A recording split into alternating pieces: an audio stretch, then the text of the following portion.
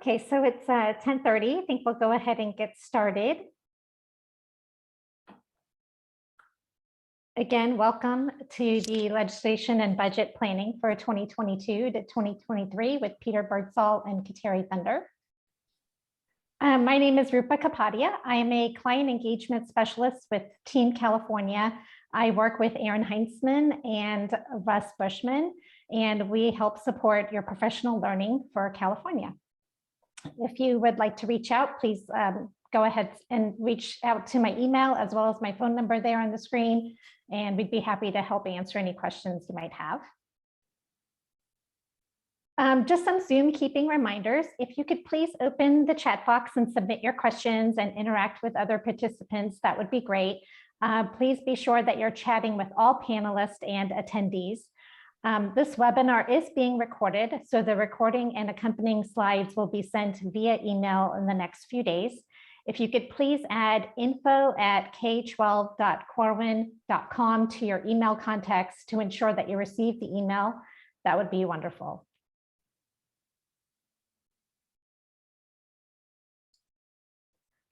Just wanted to make you aware of a few upcoming institutes we have. On March 28th, Paul Hernandez has a webinar on creating a sense of belonging through real talk. On April 4th, Jessica and John Hannigan have their webinar on Don't Suspend Me. On May 9th, Kathy Lassiter, Doug Fisher, Nancy Fry, and Dominique Smith have a webinar on how leadership works. And May 19th, Peter Birdsall, Jessica Hannigan, and John Hannigan have a webinar on Learn California, Key Issues in Budget for Local Educational Agencies. I would like to now introduce Peter Birdsall. He is the Executive Director of Professional Learning Coalition and the former Executive Director of the California County Superintendent's Educational Service Association.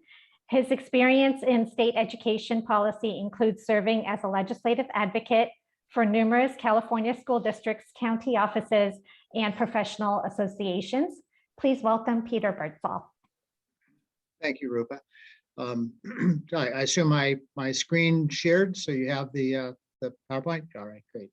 Well, thank you everybody for joining us today. We are midway through the budget process. The governor's budget was introduced in January. The next big event will be the May revision, which comes out by May 15th. So that will be, the major news for the May 19th webinar that Rupa just referenced.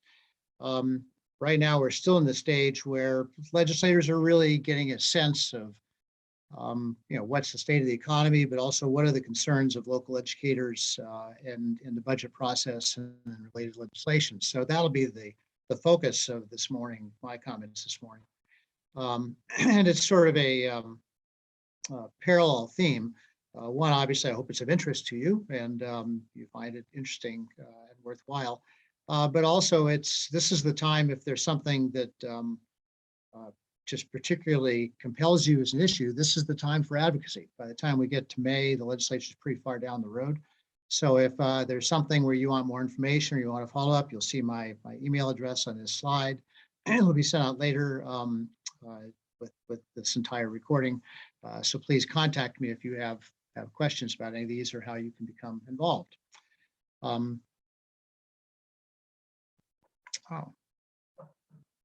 So now mine is not advancing. I don't know why that happened that way.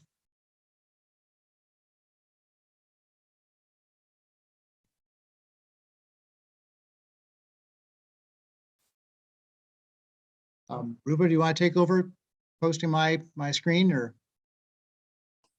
Let me go ahead and try that. All right. It advanced earlier in the practice session. Okay, sorry about that. So a key distinction in the budget is ongoing versus one-time funds. I know none of you signed up for a school finance workshop, so I'll be happy to talk about that later if you want to email me or call me. But it is important in terms of the issues that are under discussion and how that impacts at the local level. The good news is there's lots of money in the state budget. I think the general feeling is most of the money is it's a spike in revenues. So most of it's going to be allocated as one-time funding. But still, the ongoing funding will pay for cost of living adjustment. Right now, the estimate's that's 5.33%. Whatever that figure is, it's tied to a federal index. Whatever that figure is, the state will fund it. So I'm sure your CBOs and boards and superintendents are all working with that. A major theme for this morning's discussion is going to be the Expanding Learning Opportunities Program, ELOP, which the governor is proposing to expand from $1.8 billion to $4.4 billion. This is ongoing money. This is the major new initiative. Well, it was approved last year's budget, but the major initiative in this year's budget. Again, very quickly, I think most of you heard this before, but this is for grades TK through 6. It envisions a 9-hour day, offering a 9-hour day that consists of regular classroom instruction and before and after school programs, and then 30 non-school days that would also be 9 hours in length. So it's dramatic expansion in after school, before school support for students in TK through 6. I'm going to be discussing some of the policy issues that are coming up in that, but the funding is there. So people should be planning to implement this program. Similarly, the budget has the funding in it to continue or to implement the expansion of transitional kindergarten that was approved in last year's budget. So this will add 2 months worth of students to those that are eligible for TK as part of a plan to offer universal TK for students for 4-year-olds. So people should be planning on that also. That will be approved as part of the budget. The big political discussion around ongoing funding is how to handle the phenomenon of declining enrollment. Again, a sort of a school finance discussion, so I won't go into too much length at that this morning, but school districts up and down the state are experiencing mild to severe declines of enrollment. And so the question is, how does the legislature then fund the schools to avoid a dramatic drop in funding? Since schools right now are operating on the level of students they had in the schools in 2019-20. And for 2022-23, the coming year, I'm confident that the legislature will basically avoid that cliff effect for school districts. So really the discussion is what is the ongoing mechanism for adjusting to declining enrollment, because the costs for school district don't go down evenly for every student. So if you really care about that, I'll be happy to explain it earlier. It does cost money. It's $1.2 billion in the governor's budget proposal. And there are a lot of other proposals out there. So this on the school finance side ongoing, the big discussion is how does California respond to the declining enrollment that's taking place around the state. For our purposes, can you advance the slide, Rupa? I'm sorry, let's try it again. Didn't work. For our purposes, the most interesting conversation, thinking most of you are curriculum instruction, is around the Expand Learning Opportunities Program. So the good news, I said, is the governor proposed the funding to implement the expansion of this program. So that's not a question. But the timeline for it is one of the issues that's up for discussion. As I said earlier, this can be those are interesting, good to know that, or if you want to jump into the debate, now is the time. The governor has proposed that districts don't have to meet the requirement. The requirement is, generally speaking, that you offer this 9-hour day to all students TK through grade 6 who are so-called unduplicated students, so English learners, low-income students, foster youth. You wouldn't have to actually meet that requirement until 2023, 24, so a little bit more than a year down the road. And yet he's providing virtually full funding in 22, 23. So, I mean, that's just an enormous resource for local schools. That money is available to plan and implement that, over the coming year. The legislature has begun to raise the question of, or some legislators begin to raise the question of, well, where's the accountability in that? If you just give the money to districts this year and they don't have to do it until a year down the road, how do you know how that money is going to be spent? And so they're discussing putting some requirements on that. Given the staff shortages, the ongoing struggles with COVID and masking and all those, I just find it hard to believe the legislature is ultimately going to impose new requirements on districts. But what they might do is say, and this is speculative, but what they might do is say that if you don't offer it to a substantial number of your students, then you don't get all this funding. So there is an interaction between what I'll call accountability and implementation deadline that is under discussion in the legislature. Again, the governor's proposal is, I think, great news for school districts, and that you get all the funding if you do it right now, right away. Then you know, if you do it right away, then you have the money to do it. And if you can't, then you have that money to build capacity or do other things, because it's not categorical. Ultimately, what the governor proposes is that, in terms of accountability, is if you don't do the full school year, then you get your funding reduced, basically proportionate to the number of days that you don't offer it, or proportionate to the number of students to whom you don't offer it. So that might be the way this works out this year. So I think it's important that you're aware that that is part of the conversation. The reference to the funding formula is for those of you that are on this call, or if you have friends that you work with or colleagues in other districts or counties. If you are a district that falls between 75 and 80% of your enrollment are so-called unduplicated students, low-income EL, then the governor is proposing to change the formula and the requirement. For those that are above that threshold, you have to offer it to all of your students, TK through grade 6. If you are below that threshold, then you have to offer it to all your students that are low income and English learners. Under current law, that cutoff is at 75%, or is it 80%, I'm sorry, and the governor is proposing to drop it to 75%. So if you're in that narrow band, that's a big change in the policy requirement. Do you have to offer it to all your students, or just, quote unquote, to be 75% of your students, but still just to those that are low income and foster? And then the final question that's under discussion, not final, but the final one that we're highlighting here, it's sort of a significant topic, is a relationship of this to the after school education safety program, ACES, and to the federal 21st century community schools, both of which historically have been the big after school programs.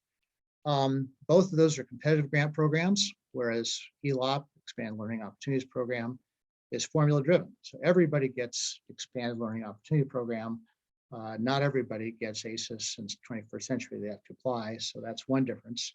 Probably the maybe more significant difference is ACES in 21st century are school-based grants, whereas ELOP is for the district. So how do you align those?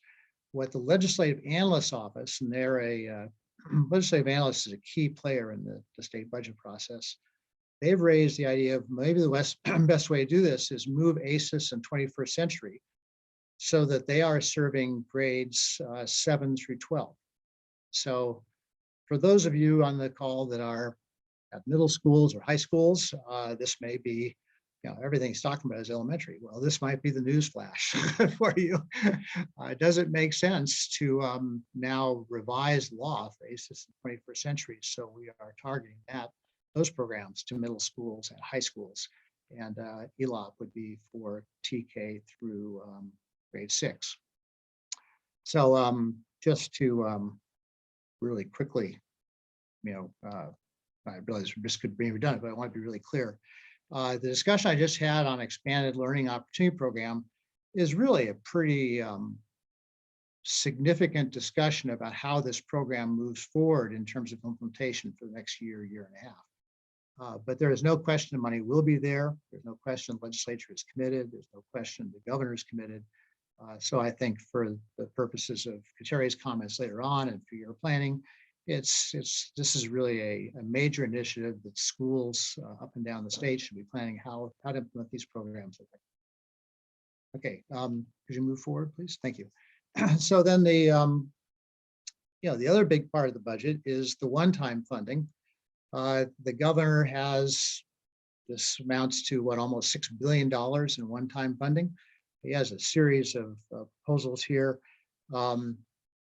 Right now, the expectation is that by May, there'll be even more money. That, as we're highly dependent on the stock market. The stock market did really well last year. Whatever's happening this year will impact next year's budget, not this one. So we expect there'll be even more money. I'll be happy to discuss any one of these programs either during the chat or later on if you want to email me or call me. But the key point for today's conversation, if you can go to the next slide, is I'm using this as a focus point comment by a legislative analyst, but it really has taken hold in the legislature. A lot of people have this feeling, a lot of local educators do, and the education groups, Access, CTA, etc. We are concerned that the governor's budget contains so many new initiatives that districts will be unable to implement them all. So it's like almost too much of a good thing. So the legislature also has a lot of ideas on how to spend this money. Some of them are programmatic funding. There's a bill to fund the instructional materials adoption for art and world language, foreign language. There's one for professional development around science. There are a bunch of ideas out there. There are also sort of school budget related proposals. So by that I mean they're not curriculum instruction, they just help the district budget. So the key one would be helping districts meet the increased employer contribution requirements for the retirement system. So there are a lot of ideas out there. If there is more money available in May, then there's a good chance they use that money to address those needs. If there's not enough money, then they'll start looking at that list that we just saw, the governor's proposal, and saying, well, we're not going to do some of those. And instead, we're going to put them in these other, what the state use. The last one talks about there's lots of money. We know that's the case. There are lots of ideas, which I just described. So this list you see here on my screen, basically there is a debate, fight, whatever term you want to go on, whatever you want to call, where I think the legislature is inclined towards a block grant of some sort, giving money to all school districts that they use for instruction materials, for professional development, for whatever their local needs are.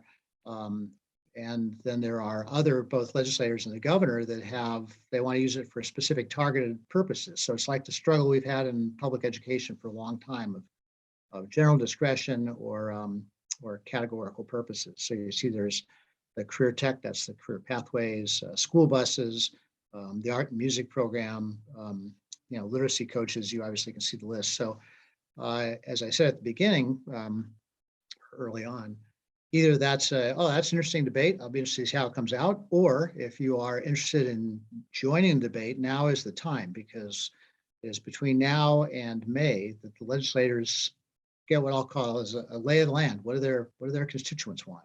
And then once the governor's budget comes out in May, that within the next 2 weeks, they will pass a budget. So it's really hard to intervene at that point. You need to get your message through now. And then they will, by June 1st, they'll make a decision. By June 15th, they'll have negotiated a compromise by the governor. And by July 1, we will have a budget. For our purposes, the thing we are confident is going to happen is they are going to be implementing the TK expansion. They are going to be implementing expanded learning opportunities programs. So that's why we're so happy to have you on the line, Kateri. You said you're introducing yourselves. So I don't know if you've already done that or not, but Kateri is a assistant professor at James Madison University and is a longstanding early educator, math specialist, the author of Visible Learning in Early Education.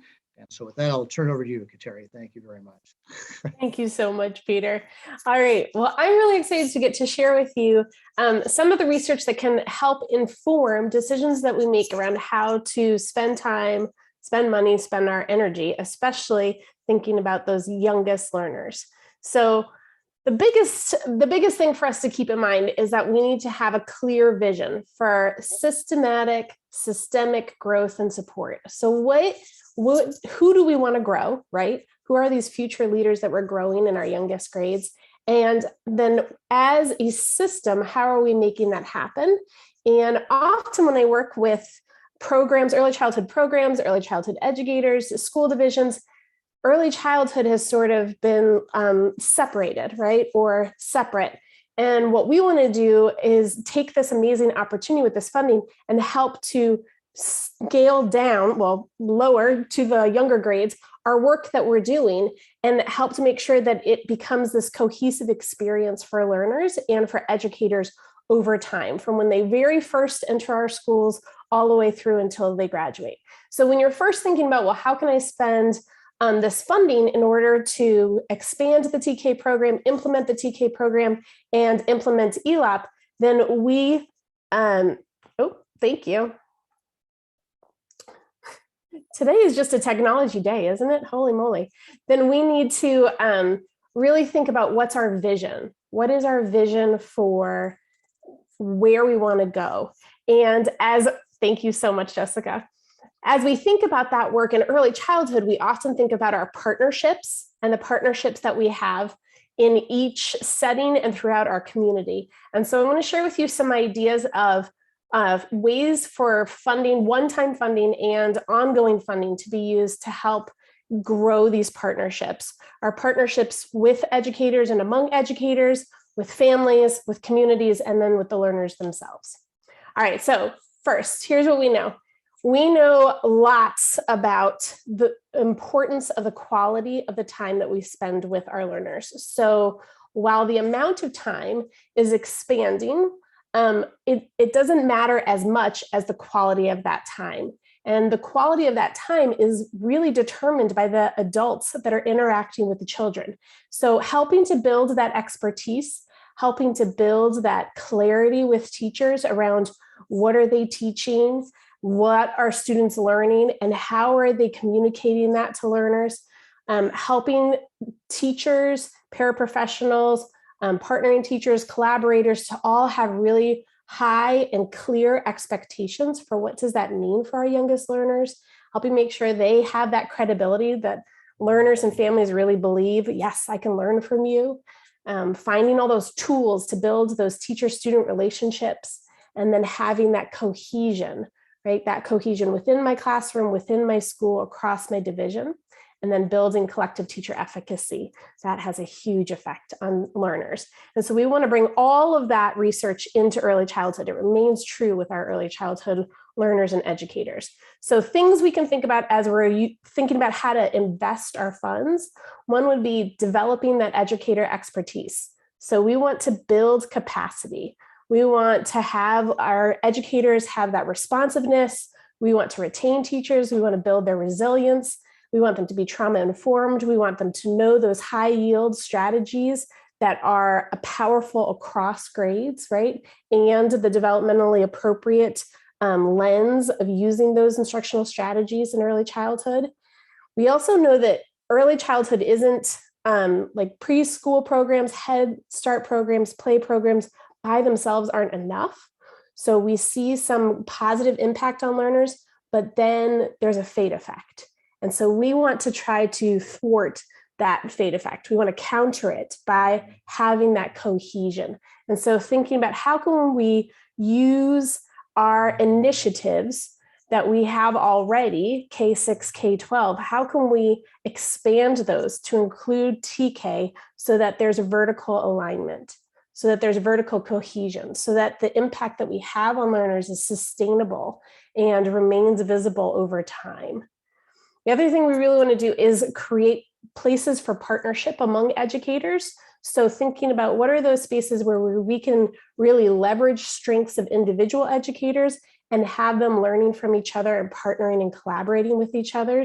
So that PLC plus place is a really powerful one, right? Really investing in those activators, those teacher leaders who can become the changers, the change agents in your school systems They have that expertise already. And so how can we really develop that and build on that and share that?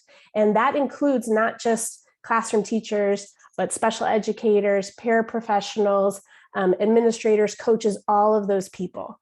The most powerful PLC Plus I've been part of myself over the last 7 years teaching 4-year-olds has been a PLC that includes a speech language pathologist, an OT, a special educator, a kindergarten teacher, and a pre-K teacher, and all of us bringing that cohesion and those individual strengths so that we can really figure out how to maximize the time that we have and make it really high quality. So partnerships with educators, very important. Developing the expertise of our early childhood educators, communicating to them their value. We really want to invest in that.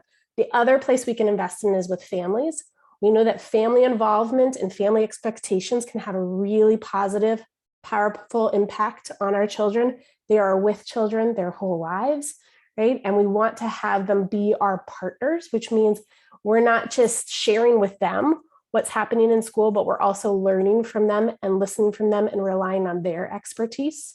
So some of the things to think about, both with one-time funding and ongoing funding, would be how can we partner them to work towards that vision we've established? How can they be part of creating that and contributing to that vision? And then also how can we communicate and work together to make that vision happen?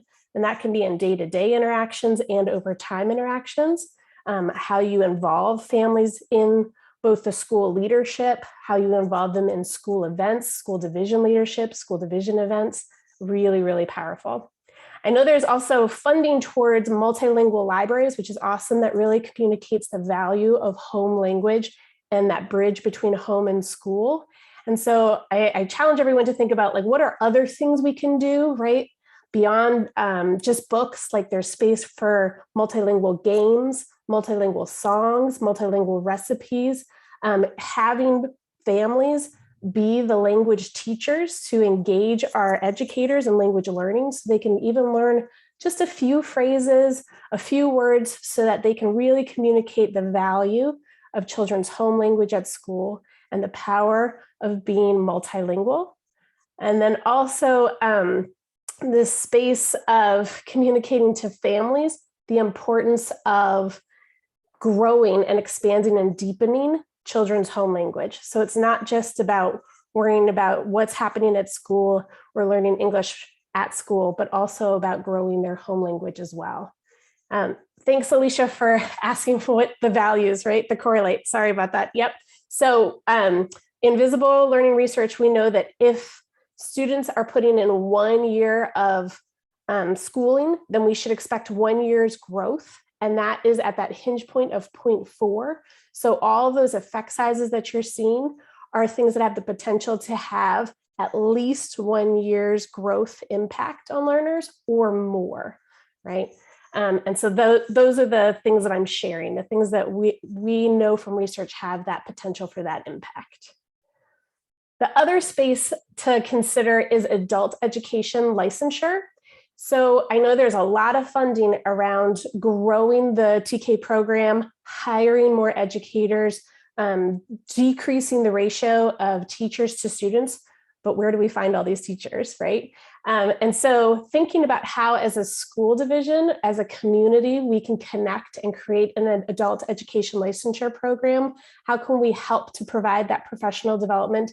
Who are family members that may want to become paraprofessionals and then classroom teachers? Some of the very best paraprofessionals that I've had the pleasure of partnering with have been family members whose children are in the school and they want to have a parallel schedule with the school in order to provide care before and after. And so they also have this amazing expertise from growing their children, right? Being family members, being parents, being grandparents. And so helping them find their way into classrooms and helping them develop that expertise and learning from them can be a really powerful way for us to invest in our programs and increasing the number of educators that we have. The expanded opportunities for learning, that is amazing. I'm really excited to think of all the partnerships that can happen in before and after school care, enrichment programs, community-based organizations, nonprofits, all of those community partnerships that we can grow through ELOP. And so when we look at research, there are some things to think about that would be worth our time creating, investing in, and really trying to make connections in order to develop. So what are some experiences that could leverage prior knowledge, things that can help that social emotional growth, those self-regulation strategies, ways that we can integrate curriculum so kids can see those connections between content areas, spaces where we can create purposeful collaborative learning, really increasing that talk, so peer-to-peer talk, but also adult to student talk and discussion, right? All of those language-based spaces. So when you think of the expanded learning opportunities that you want to create, look at the spaces, think about the experiences and the interactions that can really grow background knowledge, that can really grow relationships, and that can really grow language, and constantly have children building those relationships, talking and learning the language and using that language to build their background knowledge. A lot of that can take place in integrated learning, right? So thinking about, well, how can we bring the arts into the program? How can I bring some physical activity, right? Like sports into a program? And also, how can I bring in even content areas, right? So many things can happen in that integrated space with STEM and literacy. The other thing I would challenge you to do is think about outdoor learning. So instead of thinking of recess as something that we do outside and teachers kind of stand back and watch, but that time, any time outdoors can be an opportunity for learning. And if we create that space, that could be a great space for one-time funding, right? To think of, here's this space that we have, how can we adjust it? How can we change it so that it can be a really impactful place for playful learning all year outside? And all of those spaces will be opportunities to build that background knowledge, those relationships, and that language. All right, and then that biggest partnership, that partnership with our learners, keeping in mind who we want to grow, there's two things I want to share that are possibilities for funding to consider. One is thinking about the power of peer tutoring. So peer tutoring we know is really effective for both a tutor and the child being tutored, the tutee. And this happens when you do three things. When the tutor and the tutee are of different ages, when there's a structure to the program, and when there's training for the tutor. And I've had the pleasure of helping to create this kind of a program in an elementary school where the grades were paired, the classrooms were paired in order to have older grades partnering with younger grades to work towards learning something. And that something can be lots of things, right? It can be reading together, it can be playing board games together, card games together, painting, playing outside together, learning to pump your legs on a swing, all of these things where kids are experts when they're older, right? In second or third or fifth or sixth grade, you've learned so much, you are an expert, and we can place them in that space of being the teacher and help them think through, how do you talk with a younger child about this thing that you know so much about? And then protect some time for them to be able to engage with those younger students and learn from them.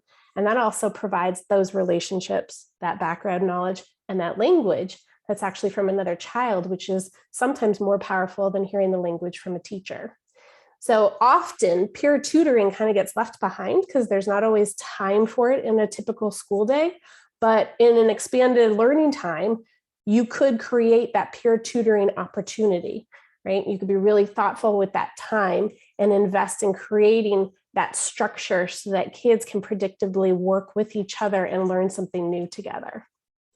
Another idea is to think about the career pathways or CTE pathways, and think about if your school division has that pathway to early education. So again, thinking about that pipeline that we want to really grow early childhood educators, we can start doing that work in high school, right? There are always going to be people who think, I'd really like to work with kids What does that mean? What could that be like? And so there's really powerful partnerships that can happen between high schools and elementary schools, right? And thinking about how we can help grow that pipeline of early childhood educators who then graduate from high school, perhaps become paraprofessionals, do adult licensure, become those classroom teachers. That would be really phenomenal. I have had the pleasure of having a paraprofessional who graduated from high school and wanted to become a teacher, but wanted to see what it would be like. And he was really hoping that there was a way that he could have done that in high school, but he had to wait until after. So I think this could be a really powerful place for us to invest time and money. I also think many of those kids, even if they don't become early childhood educators in public schools, they could run a home daycare where they could become parents or parts of families where there will be children. And so all of that effort and energy to help them understand child development and the power of interactions will be worthwhile. So there we go. We've got several partnerships to think about. Overall, though, really thinking about what's your clear vision for how you want to grow as is whole school division, not just early childhood. And then how can early childhood be part of that growth over time? And how can we support that growth and accelerate that growth with one-time funding and then support it with ongoing funding over time?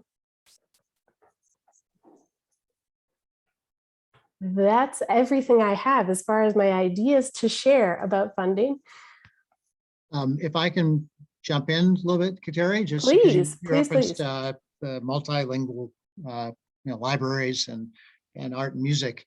In terms of advocacy or the budget discussions, I think the art and music is at risk politically. So if people feel passionately about that, now would be the time to engage in that discussion. So that the governor, proposed a little bit over $900 million to support the infrastructure to build art and music into your expanded learning opportunities program. As I said, the legislature asked questions of how come we're giving all this money to schools without requiring them to actually provide the after school experience. A sort of side effect of that is saying, well, if we're giving all that money, we don't need to also give them this art and music money, especially when we have demands to pay for employer contributions. So it's too early to predict that it's not going to be funded, but I would, in terms of implementation, I would be cautious and wait and see if it gets in the budget. And in terms of advocacy, if you care about this issue, then now is the time. I think the multi-classroom libraries, there's a lot of sensitivity in the legislature that there is a value to that, and it's only $200 million current. In the current world, we say only when we're talking about 200 million. So I think that has better standing right now in the current discussions. So in any case, hopefully that's helpful. Rupa, do you have, I apologize, when I got knocked off of Zoom, I missed the earlier questions. So I don't know if there are other questions on the budget presentation that there were some questions. Yeah. So I'll go ahead and just read those off. We had a question, is there, and I think this was during your slide, Peter, is there an approximate minimum number or percentage of students needed to be enrolled in public schools? I think. Minimum percentage to be enrolled. I'm not sure I understand the question. Let's see, it was from Christina, if you could clarify your question in the chat, that would be great.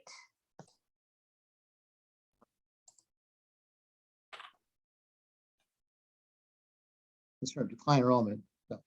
So the under current law, a district can be funded for its current year ADA. So we're talking now about the coming year, starting July 1st. So for 22-23 districts will be funded on their current year ADA or the prior year ADA. That's current law. So that's by definition a one-year hold harmless. The governor's proposed the option of allowing districts a third choice which would be used a 3-year average. A number of the education groups are pushing to continue the hold harmless for another year. So there are different options under discussion about how do you basically step down the loss of students. So, if you lose 100 students across the entire district, it's hard to capture the savings for that, save that amount of money because you still have principals and all the other, core services, and parents don't leave in nice, neat little bundles of class size, a single class. So how do you step that down? So that's the discussion that's taking place in the legislature. How do you handle that? But for 22-23, for sure, your districts will be able to use the current level of ADA. So I don't have an answer for you long term. That's what they're discussing. But for 22-23, I'm real confident that you either can use your actual ADA in 22-23 if it goes up, or you'll be able to continue the level of ADA you have currently. Okay, the second question that we had in the chat was above 85% ELOP has to be offered to all, below 75% only to those who are unduplicated. What happens for those schools that are between 75 to 85%? The 85 was the, hopefully I said 80 in my comments. So it's just one cutoff. Under current law, it is 80%. So if you're above 80, you have to offer it to all. If you're below 80, then it's just quote unquote to the unduplicated students.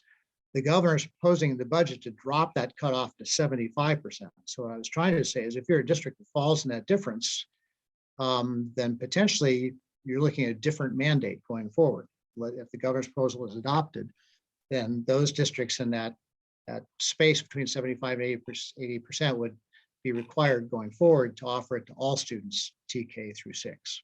So hopefully that was clear. I apologize if it wasn't clear earlier. Okay, and then I think you might have addressed this already, Peter, but will all districts get the one-time funding automatically? Depends on the funding. So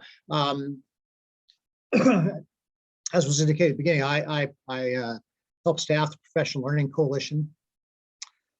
The block grant being proposed by the Professional Learning Coalition would go to all districts. So if you like that idea, then hopefully you will support our idea. But the other ideas, the one-time money for career tech would go, I assume, just to secondary grades. I know that's the way the governor proposed it. The multilingual classroom would be a competitive grant program. So it depends. The school buses would be an application-based program. So it really depends on what the one-time money is being used for. There are going to be a number of different programs for one-time money, but I think the legislature is they're real interested in the issue of idea of block grant, because that is sort of consistent with LCFF, making it available to all districts for use with local discretion. Okay, and then I think the last question, and I think you already answered this in the chat, Peter, was regarding funding for basic aid community funded school districts for TK. So I think you addressed that in the chat, but if you wanted to just refresh that. Yeah, basic aid districts, for those that don't know, this turns out my part of the presentation. Terry, I thought your comments were great. So I guess I generated the questions on the budget, but school finance, if you're a basic aid district or community funded district, basically you're supported with your local property taxes, and you just get that amount of money. So if you have to serve more students when TK gets expanded, then you just serve them with the same amount of money out of your property taxes. You don't get additional state funding. And so that's the answer. It is part of the LCFF school finance system. And for basic aid districts, they will pay for those additional students with the money they already have. So if they don't like that answer, I can understand that, but that's the way it's written. Great, and I think those were all the questions. If anybody has any other ones, feel free to go ahead and pop them in the chat. Otherwise, we can move forward. I was just going to say, I saw Christina's comments about the role that arts and music can have in trauma-informed practices and figuring out how to balance that. And I think that's a really powerful statement, Christina, thinking about how we can use arts and music for arts and music's sake, right? And also for all these other things that are really important. So trauma-informed practices, building language, building relationships, building confidence, right? All these things. And so I think if it can integrate into those initiatives, that could be really, really powerful. And from the political side, I would say there's a lot of support in the legislature for arts and music. So that's a good base to work from. As I indicated, the state just adopted instructional materials in arts and music, and so there is legislation to fund that adoption. I think there's a even though I said there's a question about the governor's proposal for one-time money in the expanded learning, that's not a concern about art and music. It's more a reaction to just how much money there is in the system for ELOP. The legislative support for art and music is really strong. So anybody that wants to advocate for that, I think that's this good opportunity.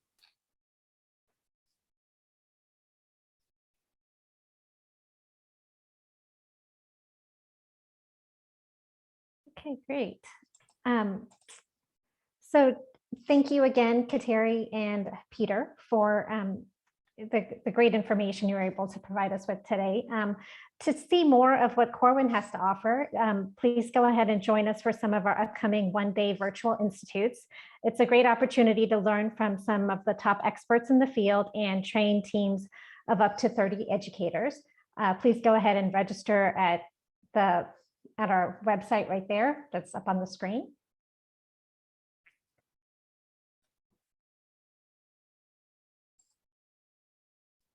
And if you are interested for professional development for groups of larger than 30, please contact me for a custom in-person or virtual workshop for your school or district. And I'd be happy to work with our sales manager for California to put that together for you. I may be reached at my email listed there, as well as my phone number below for any custom professional learning you're looking to do in your district. And thank you again for attending today's webinar. If you were interested in purchasing the book that Kateri has just recently published, you can go ahead and use a 30% webinar code to get 30% off plus free shipping on all of our books, including Kateri's new one. Thank you, Peter and Kateri, for joining us today. We hope you enjoyed the webinar, and we hope to see you at the next session on May 19th with Peter Birdsall and Jessica and John Hannigan on key issues in budget for local education agencies. Thanks again, and have a wonderful afternoon, everybody. Thanks, Rupa. Thanks, Peter. Thanks, everyone. Thank you. Bye. Thank you.